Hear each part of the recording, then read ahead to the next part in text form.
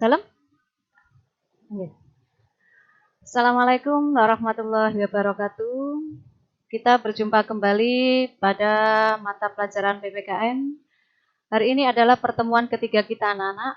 Tapi sebelum kita mulai pembelajaran, jangan lupa untuk berdoa terlebih dahulu. Semoga nanti dengan kita selalu mengingat kepada Allah Subhanahu wa taala, kita nanti akan mendapatkan barokah atau dengan kata lain mendapatkan hikmah dari pembelajaran yang kita lalui hari ini. Oke, kita lanjutkan. Pada pertemuan ketiga ini kita masih tetap bicarakan masalah hakikat bangsa dan negara, khususnya tentang NKRI, Negara Kesatuan Republik Indonesia. Pada pertemuan ketiga ini nanti kita akan membicarakan apa itu NKRI, terus tujuan atau fungsi dari Negara Kesatuan itu sendiri. Baiklah, kita mulai dari Negara Kesatuan Republik Indonesia. Di antara kalian mungkin masih ingat, apa itu pengertian dari Negara Kesatuan Republik Indonesia? Karena kebetulan kita tinggal di wilayah Indonesia, seharusnya kita tahu apa itu NKRI. Negara Indonesia adalah negara kesatuan yang berbentuk republik atau lebih dikenal dengan istilah Negara Kesatuan Republik Indonesia. Pernyataan ini secara tegas bisa kalian lihat atau tertuang dalam pasal 1 ayat 1 Undang-Undang Dasar Negara Republik Indonesia tahun 1945. Seperti yang kita ketahui, keberadaan Negara Kesatuan Republik Indonesia tidak dapat dipisahkan dari peristiwa proklamasi kemerdekaan pada tanggal 17 Agustus tahun 1945. Melalui peristiwa proklamasi tersebut, bangsa Indonesia berhasil mendirikan negara sekaligus menyatakan kepada dunia bahwa saat itulah Indonesia telah berdiri, yaitu menjadi suatu negara kesatuan Republik Indonesia. Lalu, apa fungsi dan tujuan dari Negara Kesatuan Republik Indonesia? Sebelum kita bicara tentang fungsi dan tujuan, seperti yang kalian ketahui, dasar negara kita adalah Pancasila. Dasar negara Pancasila itu yang sah itu terdapat di mana? Yaitu yang tercantum di dalam pembukaan Undang-Undang Dasar Negara Republik Indonesia tahun 1945 pada alinea yang keempat. Selanjutnya, begitu juga dengan fungsi dan tujuan Negara Kesatuan Republik Indonesia juga terdapat di dalam pembukaan Undang-Undang Dasar tahun 1945. Berdirinya NKRI memiliki fungsi yaitu sebagai pengatur kehidupan dalam negara untuk menciptakan tujuan-tujuan negara. Fungsi-fungsi negara secara umum mencakup apa? Yang pertama, sebagai stabilisator, mengusahakan kesejahteraan dan kemakmuran rakyat, mengusahakan pertahanan untuk menangkal kemungkinan serangan dari luar, sekaligus menegakkan keadilan. Selanjutnya, tujuan negara yang ada tadi ditujukan untuk mengarahkan segala kegiatan dan sekaligus menjadi pedoman di dalam penyusunan dan pengendalian alat kelengkapan negara serta kehidupan rakyatnya. Bagi Negara Kesatuan Republik Indonesia, fungsi negara sekaligus merupakan tujuan negara yang ingin dicapai yang ada atau sesuai dengan pembukaan Undang-Undang Dasar tahun 1945. Fungsi dan sekaligus tujuan negara NKRI tersebut apa? Yang pertama, melindungi segenap bangsa Indonesia dan seluruh tumpah darah Indonesia. Yang kedua, memajukan kesejahteraan umum. Yang ketiga, mencerdaskan kehidupan bangsa. Dan yang keempat adalah ikut melaksanakan ketertiban dunia yang berdasarkan kemerdekaan, perdamaian abadi, dan keadilan sosial. Selanjutnya kita berbicara tentang bentuk Negara Kesatuan Republik Indonesia. Kalian tentunya juga masih ingat bentuk Negara Kesatuan kita itu apa? Nah, semuanya ada di dalam pasal 1 Undang-Undang Dasar Negara Republik Indonesia. Di sana disebutkan, negara Indonesia ialah negara kesatuan yang berbentuk republik. Jadi dalam hal ini bentuk negara kita adalah kesatuan.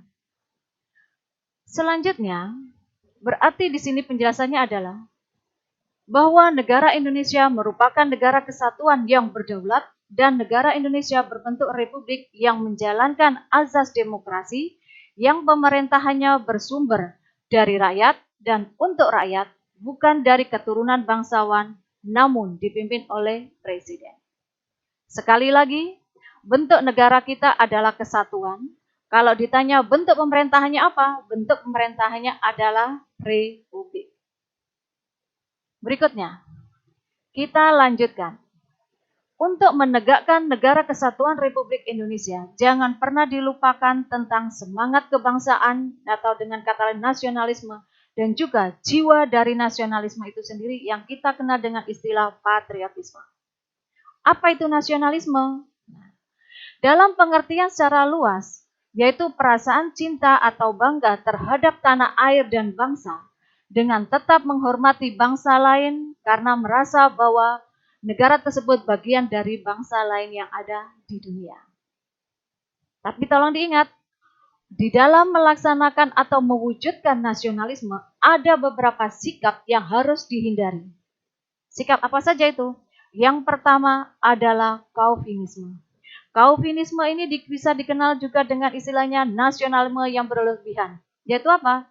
Perasaan kebangsaan atau cinta terhadap bangsanya yang tinggi atau berlebih-lebihan sehingga memandang bangsa lain lebih rendah daripada bangsa kita. Nah, di dalam nasionalisme tadi saya sampaikan yaitu paham kebangsaan. Nah, dalam hal ini bagaimana paham kebangsaan ini bisa tumbuh atau nasionalisme itu kenapa bisa tumbuh? Ada beberapa alasan. Yang pertama, nasionalisme bisa ada adanya perasaan senasib dan kesejarahan serta kepentingan untuk hidup bersama. Yang kedua, sebagai suatu bangsa yang merdeka, bersatu, berdaulat, demokrasi, dan juga maju di dalam suatu kesatuan bangsa dan negara. Serta nasionalisme itu muncul karena adanya apa? Cita-cita bersama guna mencapai, memelihara, dan mengabdikan identitas persatuan, kemakmuran, dan kekuatan atau kekuasaan negara bangsa yang bersangkutan. Berikutnya, tadi disampaikan bahwa ada hal-hal yang harus kita hindari dalam menumbuhkan nasionalisme yang kita kenal dengan istilah kaufinisme. Tadi sudah dijelaskan yaitu bisa dikatakan kaufinisme itu adalah nasionalisme yang sempit yang memandang bahwa bangsanya itu lebih tinggi dibandingkan bangsa yang lain.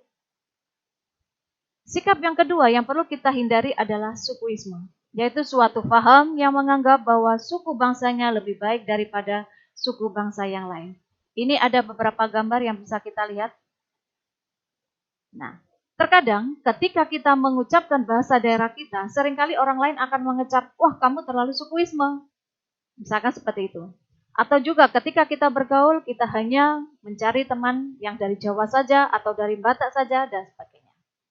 Sikap yang ketiga yang perlu kita hindari adalah ekstremisme, yaitu suatu pemikiran yang sangat kuat terhadap suatu pandangan yang melampaui batas kewajaran dan bertentangan dengan hukum. Ini ada beberapa gambar. Nah, berikutnya sikap egoisme yang tidak kalah pentingnya sebab dari semua yang ada adalah sikap mementingkan diri sendiri dan merasa dirinya lebih penting dibandingkan orang lain. Nah, tentunya kalian bisa melihat dari gambar itu mungkin juga pernah mengalami ketika masih kecil. Oke, berikutnya kita lanjutkan yang terakhir tentang patriotisme. Patriotisme bisa dikatakan merupakan jiwa dari nasionalisme karena di sini ada perasaan rela berkorban untuk kepentingan bangsa dan negara.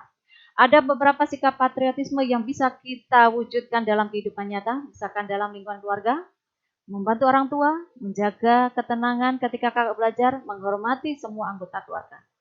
Yang bisa kita lakukan misalkan di lingkungan sekolah, memberikan bantuan kepada korban bencana, memberikan bantuan kepada panti sosial, menengok teman yang sedang sakit, tapi tolong diingat membantu teman ketika ulangan bukan termasuk jiwa patriotisme. Dan yang ketiga yang bisa kita lakukan adalah di lingkungan masyarakat. Misalkan mengikuti kegiatan gotong royong, memberikan makanan kepada tetangga yang mungkin kebetulan tertimpa musibah, memberikan sebagian tanah untuk kepentingan umum, menengok tetangga yang sakit, serta memberikan bantuan dana untuk kegiatan masyarakat. Oke, anak-anak, Untuk kali ini tidak ada tugas untuk kalian. Semoga materi tentang hakikat bangsa dan negara mulai dari pertama sampai pertemuan ketiga ini bisa kalian pahami dengan baik. Sampai jumpa, bertemu di pertemuan berikutnya. Assalamualaikum warahmatullahi wabarakatuh.